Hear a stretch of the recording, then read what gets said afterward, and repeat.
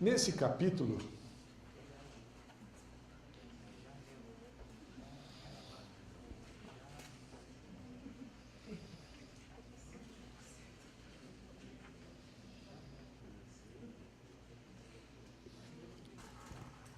nós vamos falar inicialmente do uso da água, porque quando a gente fala de disponibilidade hídrica, a gente tem que entender também qual é a demanda, porque um está relacionado diretamente com o outro, né?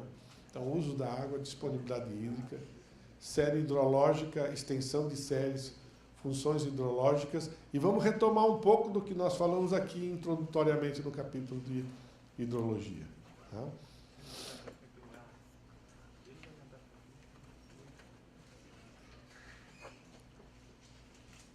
Só para introduzir como entra a demanda e disponibilidade, você tem os usos consultivos, consumo humano em áreas urbanas e rurais, agropecuária e indústria. E, obviamente, tem os usos não consultivos, que são, você não consome, teoricamente, não consome água. Apesar de estar sujeito a grandes discussões. E a quantidade e qualidade da água disponível para estabelecer a relação demanda-disponibilidade no tempo e no espaço para o projeto e emergência. Então, essa é a nossa estrutura de entendimento com relação à demanda e disponibilidade. Então, competição entre quantidade e demanda, redução da disponibilidade pela contaminação do uso do solo, etc., alteram a disponibilidade hídrica. Quando nós falamos de disponibilidade hídrica, não é quantidade, mas é quantidade com qualidade. Porque, dependendo do usuário, ele vai ter mais restrições ao uso da água do que outros, né? Portanto, na disponibilidade tem que estar presente a qualidade.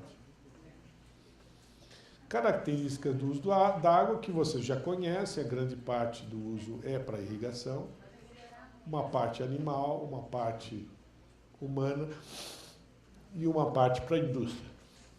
Os principais usuários da água, como estão ali, pessoas, animais, peixes, plantas que necessitam água para sobreviver. Abastecimento de água doméstico para a população e desertização para animais, irrigação para a agricultura, corresponde a usos consultivos. 20% do abastecimento humano e 60% na agricultura, quando é irrigação sem muita eficiência. Varia, como eu diria. Varia esses valores em função da tecnologia aplicada. Esse 20% do abastecimento humano é um número mágico. Raramente ele é aferido. Tá? E você pode... Por quê? Porque tem realmente usos como cozinha, tudo aquilo que tem algum aquecimento, ele evapora. Portanto, ele desaparece, não volta como esgoto. Né? Então, se estima em 20%. Isso, todo mundo repete a mesma coisa, eu não me lembro de alguém ter verificado isso, de qualquer forma. Usos não consultivos não reduzem volume, hidrelétrica, navegação e recreação. No Brasil, vocês veem que quase todas as regiões do Brasil, a preponderância é isso, que somente 4% da agricultura brasileira é irrigada. Imagine se fosse mais. 96% é de sequeiro. Considerando que quando eu faço uma hidrelétrica, eu crio um reservatório, igual aquele caso de Sobradinho, eu elevo muito a evaporação naquele local, eu não posso considerar também um uso consultivo da água? Não, sem dúvida, eu vou te dizer o seguinte, por isso que quando eu mencionei, eu falei sujeito à discussão. Por quê? A literatura toda considera esses usos como não consultivos, mas, dependendo do sistema, a evaporação passa a ser importante também. Mas a literatura nacional e internacional ainda considera a hidrelétrica como uso não consultivo. Talvez, vamos dizer o caso brasileiro, que não é o caso de São Francisco nem o do sul do Brasil, mas é do sudeste do Brasil, onde estão a maioria das hidrelétricas. Normalmente, o período chuvoso está no mesmo período que os reservatórios estão mais altos e que, portanto, e com a evaporação mais alta. Então, por muitos anos o setor elétrico desprezou até a evaporação de lago, porque achava não importante. De qualquer forma, você tem razão, mas isso, infelizmente, ainda no meio técnico, não é considerado como uso consultivo no balanço feito pela ANA e pelas entidades brasileiras. Mas, sem dúvida nenhuma, no caso do Sobradinho, mais do que nunca, porque ele acredito eu, o maior uso consultivo da região é o reservatório de Sobradinho. Né? Sim, ele regulariza, mas ele perde volume. Ele perde volume, porque o que você está contabilizando é o balanço. Né? Mananciais de água superficial, lagos e reservatórios, disponibilidade média varia de 15 a 25 litros por segundo por quilômetro quadrado da região sul. Sudeste e centro-oeste, de 1,4 a 4 litros por segundo no semiárido e de 30 a 40 litros por segundo na Amazônia. Subterrâneo depende da capacidade de produção dos poços e da sustentabilidade de recarga. Varia de 1 a 10 metros cúbicos por hora por metro no cristalino do semiárido, é menor que 1. E no caso do interior, onde você tem principalmente o aquífero Guarani, você tem grande demanda, por isso que você tem no Brasil hoje 35% de abastecimento de poços, por causa desses aquíferos de alta produção. Limitações quanto à disponibilidade hídrica, quantitativo e qualitativo. Quantitativo quando a demanda é maior que a oferta e qualitativo quando existe água, mas está poluída. Esse é o cenário frequente das grandes e médias cidades do Brasil, o fato da contaminação da água na vizinhança das cidades. Então, tem quantidade, mas não tem qualidade. No abastecimento urbano, você tem as seguintes etapas. Você tem o manancial, regularização ou não, né? Adução dessa água para a estação de tratamento de água e distribuição, armazenamento e distribuição. Regularização da fonte ou manancial, transporte ou adução, tratamento e distribuição. A grande questão está relacionada com a proteção do manancial.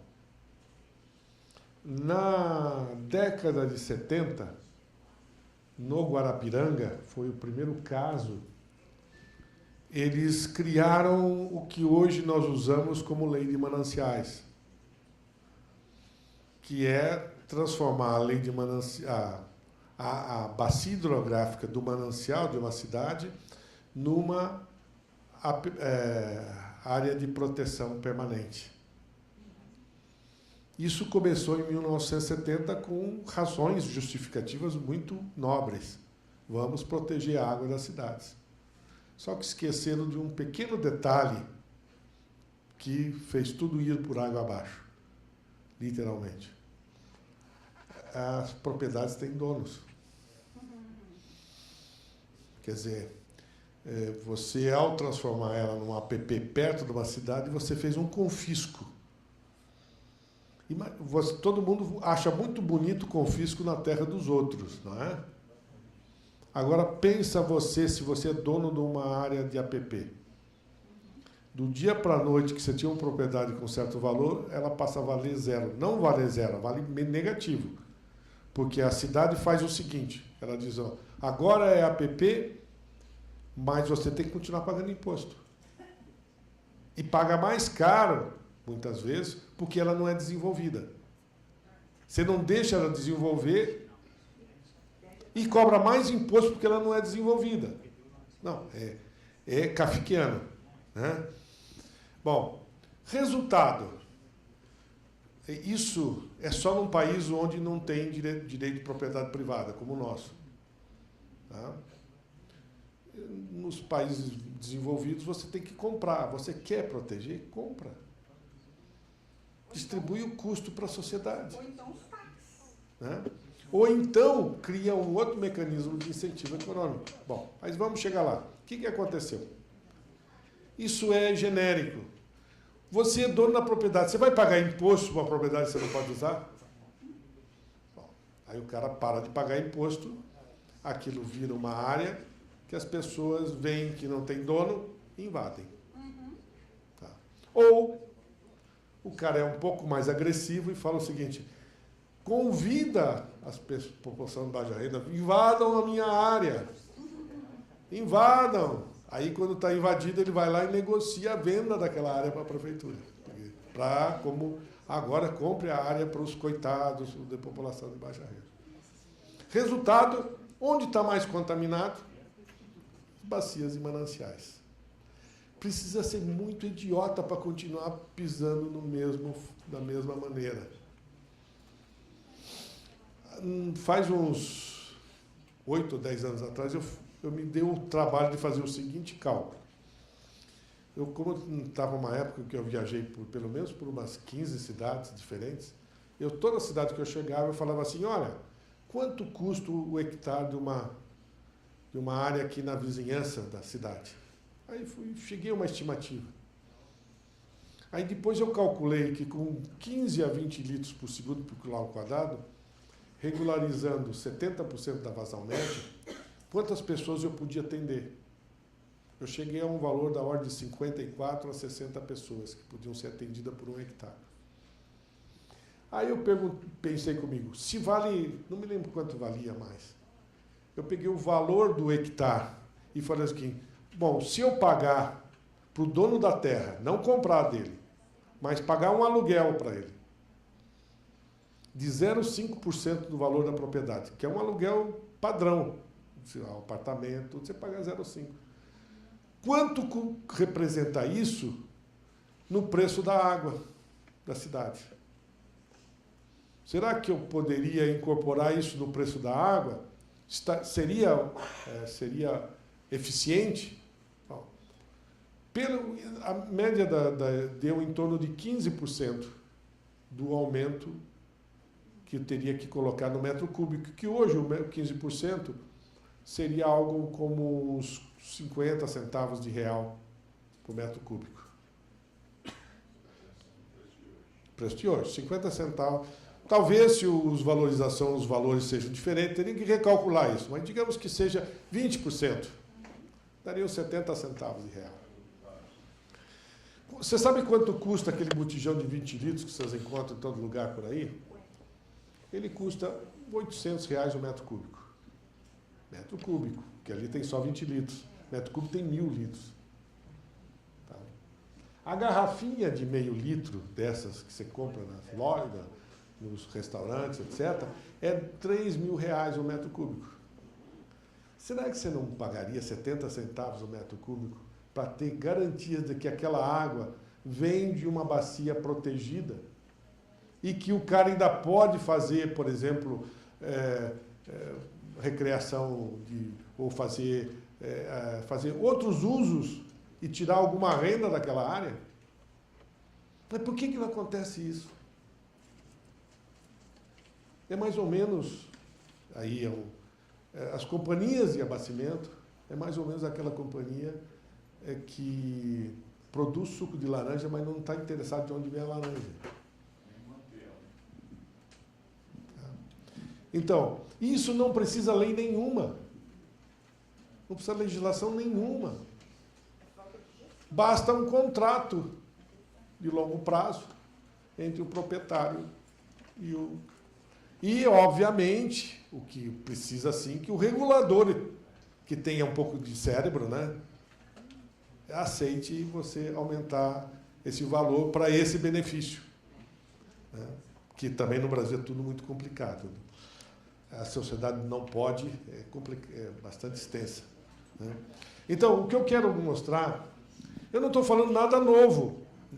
Essa continha que eu fiz é o que se faz hoje em certos países. Por exemplo, o caso de Nova York, famoso, que todo mundo conhece. Nova York comprou uma parte da área da bacia e fez um parque. E as outras partes que ele não comprou, ele pagou para o dono da terra 50% do valor da terra para ele, por um contrato vitalício, de nunca ser urbanizada aquela área. Ele continuou fazendo toda a produção rural como ele fazia. Então, são mecanismos. Na América Central, existem muitos mecanismos econômicos de pagar aluguel. Ou ter guarda-parques, ou ter... Cada um usou, mas todos estão relacionados com mecanismos econômicos. Porque o mecanismo de comando e controle não funcionou e não vai funcionar. Porque nós estamos num país que ninguém obedece à lei. É o exemplo que eu dei, que nem o presidente do Supremo obedece à Constituição. Como que você pode esperar que os cidadãos desse Brasil vão obedecer à lei? Né? Nós estamos tão acostumados a não obedecer que os próprios juristas não obedecem. Né? Então, por isso que nós temos que buscar, mais do que nada, mecanismos econômicos para controlar. Então, eu fiz um parêntese muito grande para mencionar o assunto do manancial, porque ele é a questão-chave. Quando a gente fala que a disponibilidade hídrica em quantidade e qualidade existe uma diferença, começa pelo manancial. Se não consigo proteger o manancial, eu vou ter uma restrição de qualidade.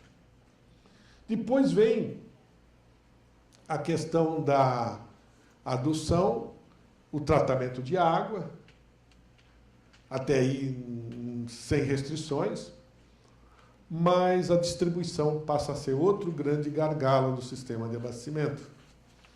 A média brasileira é de perda na rede de 40% da água.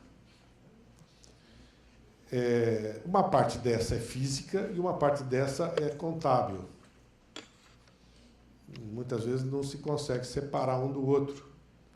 Mas contábil é, por exemplo, gatos na rede, que alguém rouba a água, equipamentos obsoletos de medidor de água que medem, muitas vezes, ele precisa ser trocado, então muitas vezes é preferível não não gastar com o aparelho e continuar perdendo aquela água. Ou perdendo o faturamento daquela água. Na realidade, ela está sendo consumida. Provavelmente nós estamos subestimando o consumo da população, porque uma parte consome mesmo, só que o aparelho está medindo vento, ou deixando de medir água. Então, tem uma série de fatores, mas é 40% de ineficiência nesse processo. Quais são os indicadores mais sustentáveis? Hoje se aceita a nível internacional, quando você não tem grandes desníveis, porque a pressão influencia nas perdas, que 15% é um número bom de aceitar de perdas. Mas para sair dos 40% para chegar nos 15%, você tem medidas que você rapidamente consegue ir para 20 e poucos por cento com medidas simples, basta trocar os medidores.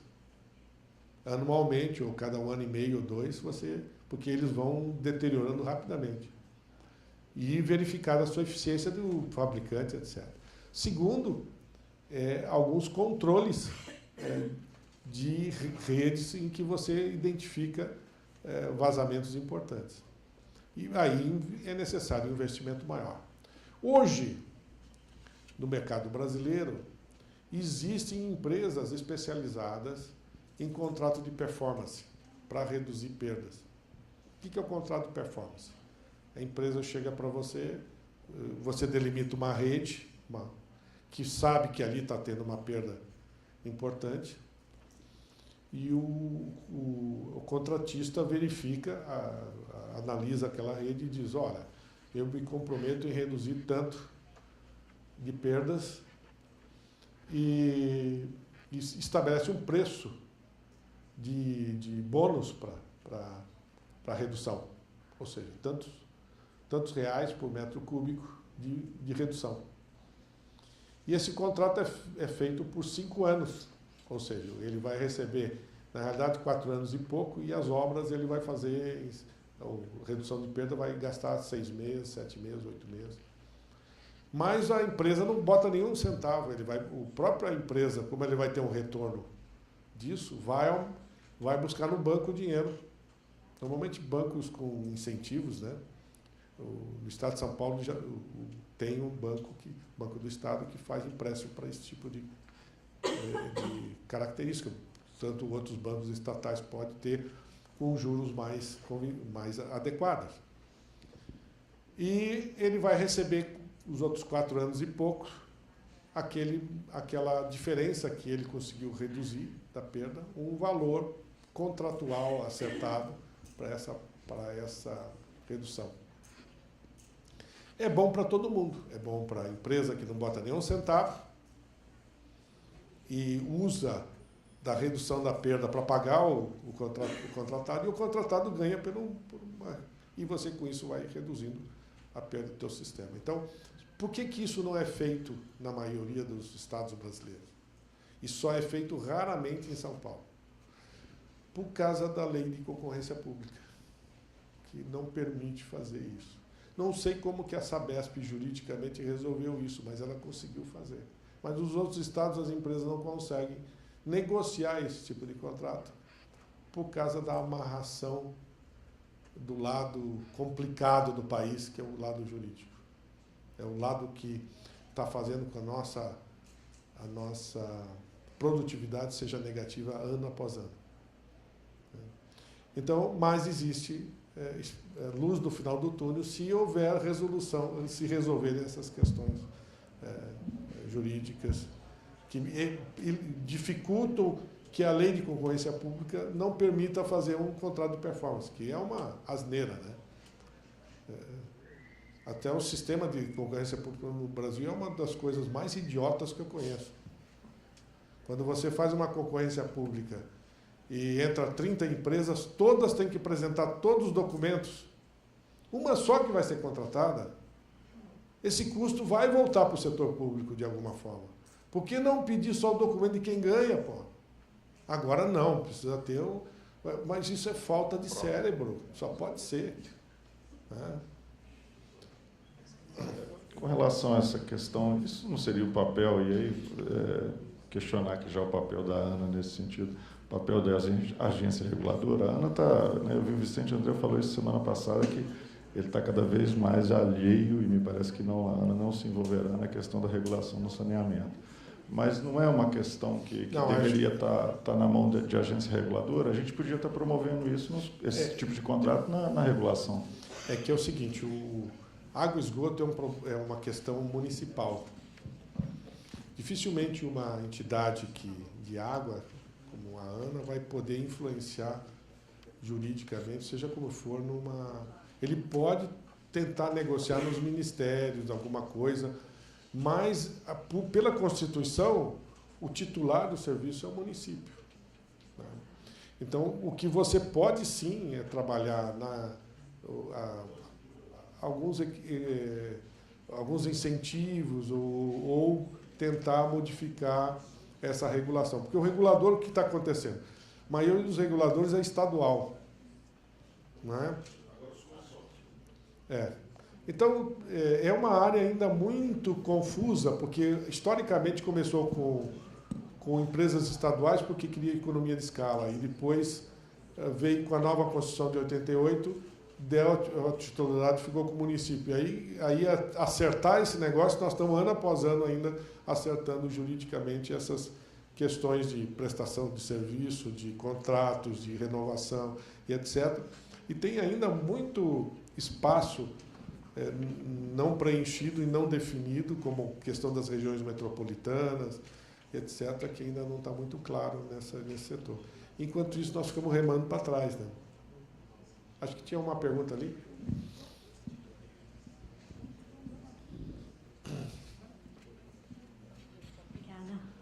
professor, bom dia. Na verdade, não é uma pergunta, é um comentário. É porque eu fiz um estudo sobre o novo Código Florestal e li alguns artigos. Tem um artigo do IPEA que ele fala sobre essa questão das áreas protegidas, né? Ele faz a relação da questão econômica, assim, como que a lei, às vezes, o problema da lei tratar como iguais os diferentes, né? E aí ele coloca a questão, por exemplo, das áreas rurais consolidadas. O cara que não seguiu a legislação, não manteve as áreas protegidas, continuou ganhando financeiramente com isso, explorando, né, as áreas protegidas. E o cara que que seguiu a lei, manteve as áreas protegidas, ou seja, o cara que não seguiu a lei, ele ganha duplamente. Ele lucrou não seguindo a lei e continua lucrando agora com as áreas consolidadas. Ou seja, o que não seguiu a lei levou todas as vantagens. Agora, o que seguiu a lei certinha levou prejuízo. Eles chamaram isso de concorrência desleal. Só esse comentário. É como você educa teu filho. Você diz para ele, não faça isso, não faça isso. Aí ele vai e faz. E você passa a mão na cabeça dele. Então, você está dando uma sinalizando o quê? É que você pode tudo. E mais ainda, economicamente vantajoso. Então, para que eu vou obedecer a lei? Tá? Então, tem lados e lados da questão. Né? Pois não. Eu queria só que o senhor comentasse, pela experiência sua, a questão da gestão do saneamento por meio privado e por meio público. Tá bem. Bom, eu costumo mencionar que é o seguinte, eu vi na América Latina, em muitos países, e eu acho que a discussão se é público ou privado, ela não é muito objetiva. Porque o que a sociedade precisa é um serviço de boa qualidade com preço justo. E eu já vi empresa privada boa, empresa privada ruim, empresa pública boa, empresa pública ruim. A questão é o funcionamento. Por exemplo, a melhor empresa que eu conheço da América Latina, de água e esgoto, é pública. A empresa pública de Medellín, na Colômbia, não precisamos ir nos Estados Unidos. Ela faz água, esgoto, telefonia, gás e energia. Ela faturou em 2013 $2,4 bilhões. Ela deu de lucro $800 milhões e distribuiu em dividendos para a prefeitura de Medellín $650 milhões. Inverteu, ou seja, em vez de ela sacar dinheiro do Estado, ela devolve em resultado. E tem 100% de cobertura de água e tratamento de esgoto na região metropolitana de Medellín, com 3,2 milhões de pessoas. A um custo médio, em 2009, não sei agora, 2009, de $1,6 para coletar e tratar esgoto. Que é um preço bastante razoável. Então, por que ela chegou lá? Em Medellín era terra de Pablo Escobar. Se vocês estão assistindo Narcos, você sabia como que era Medellín. Né? No entanto, o que aconteceu? Eles tiveram uma sequência de 1 ou 2 prefeitos com mandato longo que reconstruíram montaram a empresa e tornaram ela profissional. Hoje só se mexe na empresa o presidente do conselho, que é o prefeito. Né? E, claro, eles tiveram um problema, mas quando você chega lá, eu trabalhei com ele, você chega lá, você vê o profissionalismo da empresa. Claro, deve ter seus defeitos também, mas tem uma eficiência importante. Agora você vai me dizer, não é porque é público ou privado. Eu já vi empresas, por exemplo, em Cartagena, também na Colômbia, a empresa pública era um desastre. As pessoas chegavam a ficar 3, 4 dias sem água. Entrou uma empresa privada, com 48%, 45% de capital, o resto era 50% do município e 5% dos funcionários. Ela primeiro arrumou tudo e começou a dar o serviço garantido de qualidade, e aí ela aumentou o preço da água adequada e ninguém chiou. E aí foi Ou seja, ela também fez um bom serviço. O problema é ter um bom regulador, que não é só um carimbador de cartório, né? Porque qual é o problema no Brasil hoje? O patrão é o mesmo de todo mundo. Vamos ser honestos, 80% das empresas são estaduais. Então o patrão é o mesmo. Ele é o patrão da empresa de água e esgoto, ele é o patrão da empresa que faz licenciamento ambiental, ele é o patrão do regulador. Eu me lembro que em São Paulo, na época do, se não me engano, um governador, foi uma baita sacanagem, eles queriam ligar a Billings a Guarapiranga, porque estava precisando de água. E eles inventaram uma seca lá, não, tem que ligar, tem que ligar. O governador foi sentar na reunião do Conselho Ambiental do Estado para aprovação disso. Você acha que alguém ia deixar de aprovar? Então esse é o problema. Tarifa, tudo, eficiência. Nenhum governador quer ir contra o seu próprio serviço. Então isso, governo vai passando a mão e as coisas não vão acontecendo. Então esse eu digo hoje que é um processo do círculo vicioso. Né? Você vai alardear que você está com problema? Não. Ah, não tenho dinheiro, não está na minha linha de prioridade. Tem que estar na linha de prioridade mais global. E aí o próprio governo federal, que devia usar o seu mecanismo de financiamento, como faz o Banco Mundial. O Banco Mundial chega o seguinte, você quer dinheiro? Muito bem, eu te empresto, mas você vai ter que fazer isso, isso, isso, isso. E se não fizer, não leva o dinheiro. Não? Uma época, eu em 2005 fiz para o Ministério das Cidades um Plano Nacional de Águas Pluviais. Estimei naquela época em 22 bilhões de reais de investimento. Escalonando por cidades maiores, distribuindo no tempo, representava 0,2% do PIB de investimento por ano. Não tive para quem entregar o plano. Mudou todo mundo. Não tinha para quem entregar. E eu dizia assim, pô, se você juntar dessa mesma estratégia para esgoto, você pode começar a condicionar, fazer condicionamento.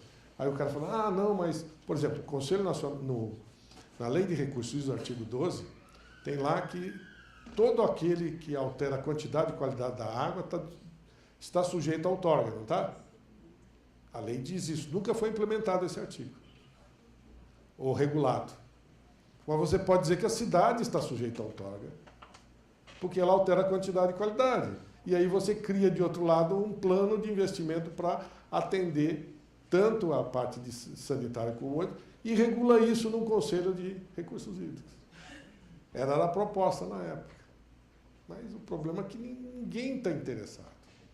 Não faz parte da agenda dos decisores do país. Isso. Nunca fez. O Chile teve uma estratégia, em 2000, de cobrir o país inteiro com coleta e tratamento de esgoto. Se não me engano, deve estar quase no final, já terminou, ou está terminando. O Chile. Ou seja, falou, eu quero chegar em tantos anos a essa cobertura de esgoto. Tenho que investir tanto por ano, vou começar a trabalhar nisso. O que aconteceu no Brasil? Dinheiro, de alguma forma, tinha razoável quantidade de dinheiro. Mas como que era feito? Era feito de acordo com o município, com a demanda do choro do governador ou do deputado lá da área, mas numa estratégia que não se cobrava resultado.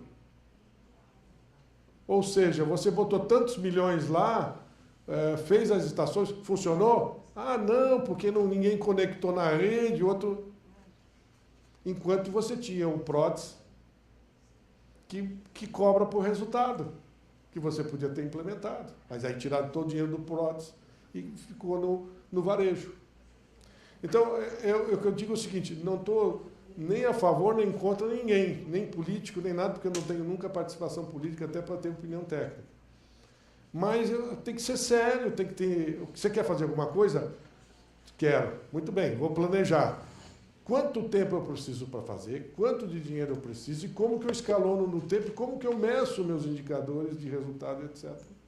Então, a questão pública e privada é uma discussão ideológica, não é uma discussão de eficiência. né? E cada setor, cada local vai ter sua a característica principal. Pra você ter uma ideia, hoje, entrevistas que eu fiz em maio para um projeto, no Brasil hoje, quem está pegando o tratamento de esgoto são as empresas privadas, porque a empresa pública não quer. Então, você tem várias empresas privadas em São Paulo que já estão com um mercado de milhões de habitantes. E você fala assim, por que a empresa pública não quer? Porque ela ganha pouco, porque esgoto custa muito mais caro que água. E, no entanto, ele recebe só 80%. E como que esses conseguem ainda fazer isso? Dar resultado? Porque tem ineficiência no processo. Tá? Jurerê, tá certo que não é uma comparação honesta, porque Jurerê todo mundo paga a conta, né? E todo mundo tem dinheiro. Mas eles pagam a mesma tarifa da Casan, em Santa Catarina, tem 15 mil pessoas, se não me engano. Eles têm tratamento terciário, rede pressurizada, coleta e tratamento 100%. E dá lucro. Com investimento e tudo com a tarifa da Casan. Eles fizeram uma empresa dentro do empreendimento. Eu sei porque eu fiz um estudo de expansão agora. E eu perguntei, e tem lucro? E você tem resultado? Sim. E o investimento? Não, é o mesmo da tarifa. E tem tratamento terciário. A água, o esgoto lá é irrigado depois que sobra. E as redes pressurizadas. Então, o que eu quero dizer é o seguinte, não estou dizendo que, claro, eles têm um cliente que paga a conta. Em muitas regiões o cliente deve ter um problema de não receber também. Tem um cliente que não está muito preocupado com o seu consumo também, que é o de alta renda, né? Mas é um indicativo, e um indicativo também de que... Então, o sistema é um pouco complexo porque os estados, de forma geral, quebraram os seus bancos estaduais, quebraram suas companhias de energia, não Minas Gerais, mas outros quebraram, né? Os seus bancos e acabam colocando nas empresas de saneamento também outros ônus políticos desse processo, né? Se houvesse maior independência, algumas empresas estaduais têm uma boa independência nesse processo. Então, desculpe se eu for um pouco mais extenso a tua questão, mas ela é uma questão que se discutiu num dado momento muito entre privado e público. Mas me parece que o que se deve buscar é a eficiência. Qual é o melhor mecanismo de eficiência para aquela cidade, independentemente de se é público ou privado. Né? Essa é a ideia. Vamos parar para almoçar? Já está na hora? Passei um pouquinho. Tá?